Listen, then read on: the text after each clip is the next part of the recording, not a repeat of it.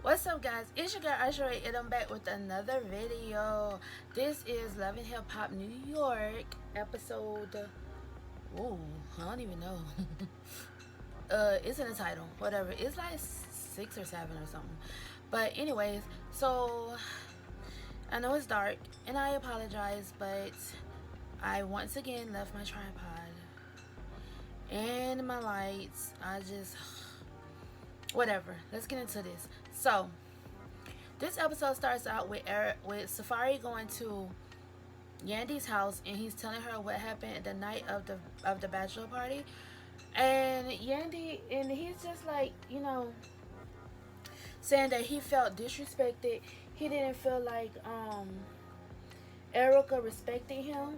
And then at the party or whatever, or not even ERica, but the other women that were at ERica's party, and he did not like the response that Yandy gave him, because Yandy was basically like, well, at the end of the day, you got to make sure that your wife is happy above anybody else.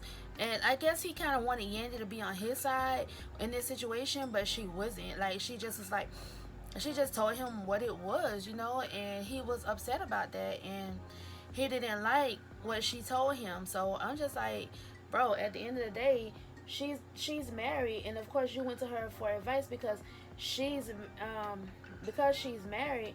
So you know you went to her for a reason, and now you don't want to take her advice. And I can't believe that he told her that he did never went home. Like, he didn't even go home after the bachelor party, but you at Yandy's house now. You don't think that'll look funny to ERica that you didn't go home and you at Yandy's house? Like, you don't think that ERica would feel some type of way about that? Like, come on, bro. Like, you're not making good decisions. Like, you're not. Um,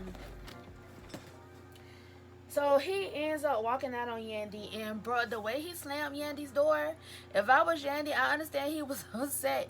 Um, but if I was Yandy, what am I playing with? I'm playing with my lip gloss, and this is my lip gloss that I make, that I sell. If you're interested in purchasing some, you can DM me on Instagram. I'm sorry, I'm plugging myself right here. But anyways, um, Yandy. If I was Yandy, the way he slammed that girl door, let me put this down. I would have, God. I don't know. I think I would have ran out that door after Safaree and smacked him upside his head, even though he was upset. He didn't have to slam that girl door like that. Alright, so, and then now, ERica didn't go home either.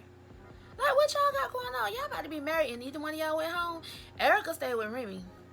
And Remy basically gave ERica the same advice that, that Yandy gave Safaree. She just was like, she didn't want Rich there, and she didn't think that it was fair that all the things that Rich has done to her, that Safaree was okay with Rich being there. And ERica was just like, Remy was just like, at the end of the day, it didn't matter. She should not have let Rich shake her like that. What should have mattered was her happiness and her man being there, and the fact that Safaree did take care of the situation and he did ask Rich to leave. That should have been the focus. Like, she should have been happy, And what I like about both both ERica and Safaree, is that they sought advice from married people. They didn't go to their single friends to get advice. They sought advice from married people, and that's the best thing to do. Because if you about to get married, or if you are married and you want to stay married, get advice from married people. Don't get advice from happily married people. Don't get advice from your single friends because they want you to be single. Don't get advice from unhappy married people because they're miserable, and they're probably gonna want you to be miserable too.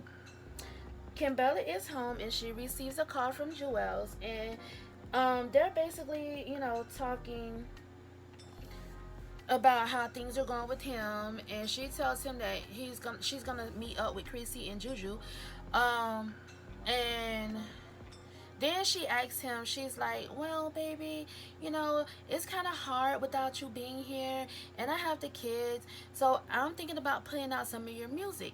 And he got quiet. At first, I was like, oh, he gonna tell her no. But he said, yeah, I understand. Yeah, you can put out some of my music. But I'm like, there's no other way she can make money without putting out his music. Like, I mean, I know she probably won't make the money that he makes, if his music is put out. But there's no other way for Kim Bella to make money without putting out his music. Wondering, don't know, but I wonder.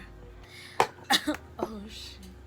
ERica is getting ready for the wedding, but Safaree isn't even like they're not even sure if they're gonna get married. Like Safaree's not there, she's there, but she hasn't spoken to Safaree, and they haven't spoken to each other since the bachelor party and bachelorette party, and that's something that you don't do.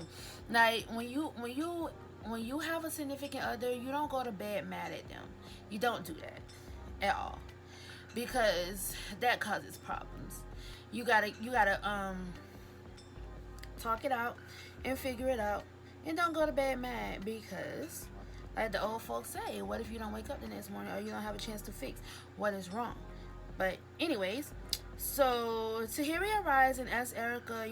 ERica says like, girl, why aren't you dressed? Like, well, ERica don't sound like that, but whatever.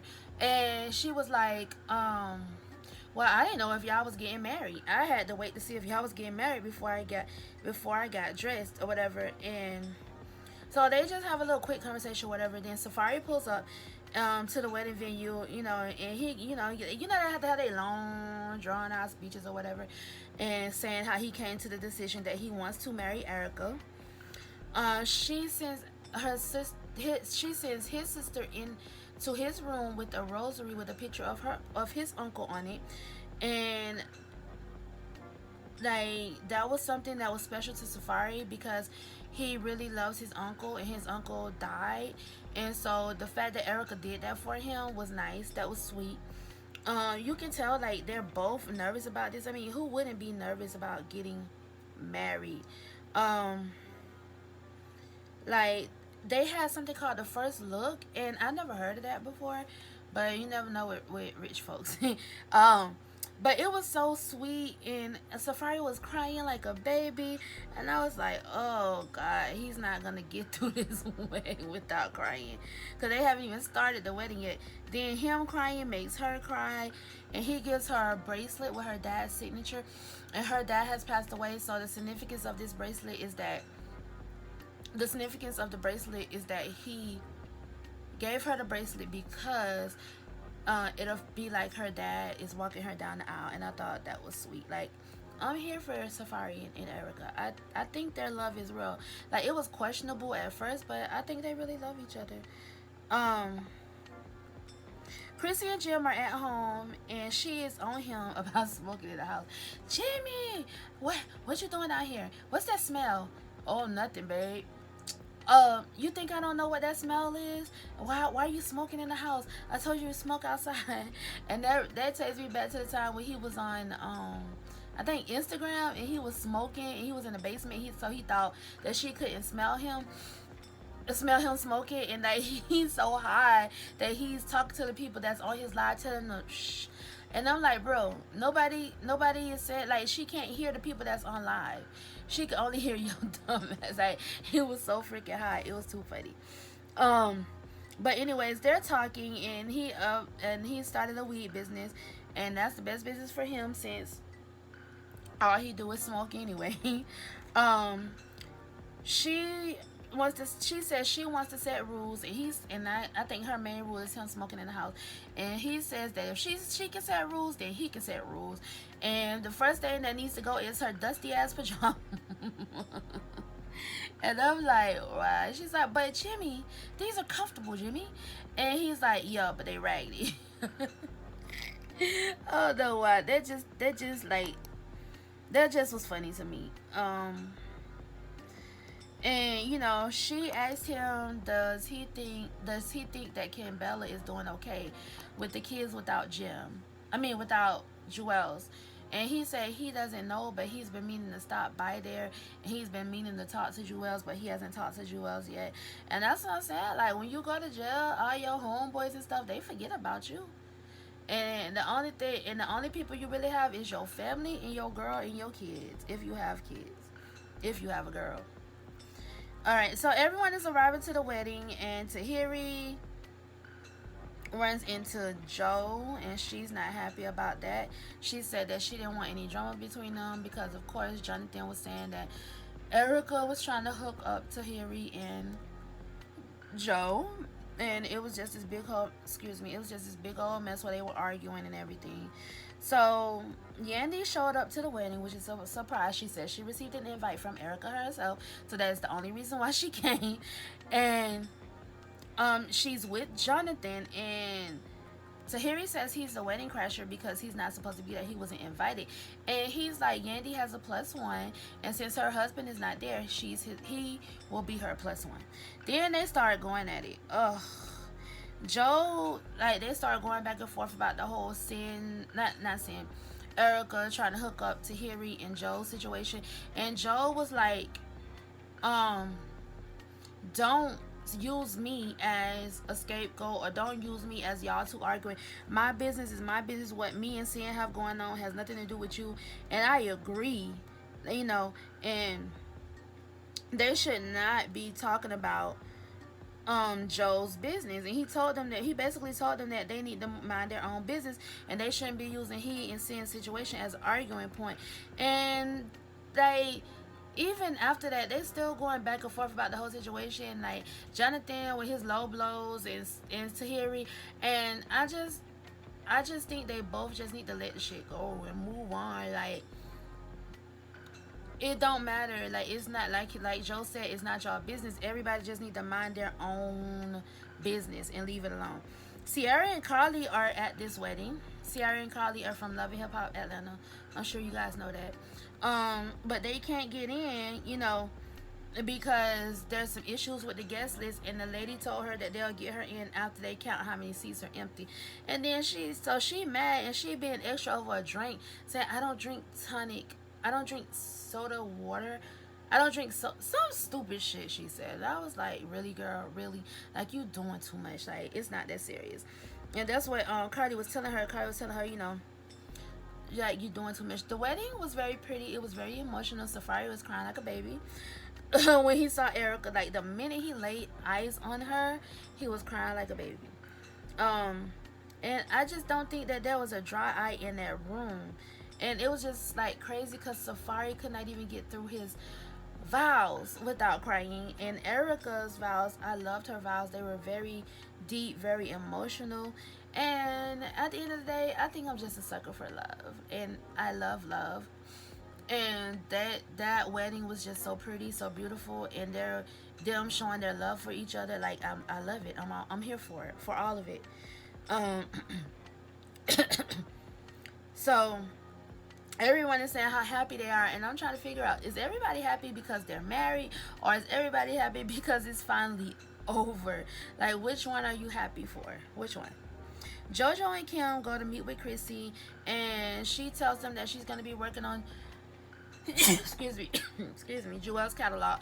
Excuse me. And then she asks Chrissy if Jim would like to feature on Jewel's records, and Chrissy said of course Jim would get on the record. And then Kimbella goes on to express how she feels, and Jewels feels like that everyone has turned their backs on him. He hasn't heard from anyone in the record label company, and he feels like he's just alone in prison. He hasn't heard from any of his boys. And then that's when Chrissy stops her, and she's like, Kimbella, this seems very genuine right now, so I'm gonna go ahead and give you this. And she hands her an envelope, and Kimbella's like looking confused, like, what's this? And Chrissy just was telling her that it was money for Jewels, but Jewels probably going to tell her to use it for the kids, which she should, and he should tell her that.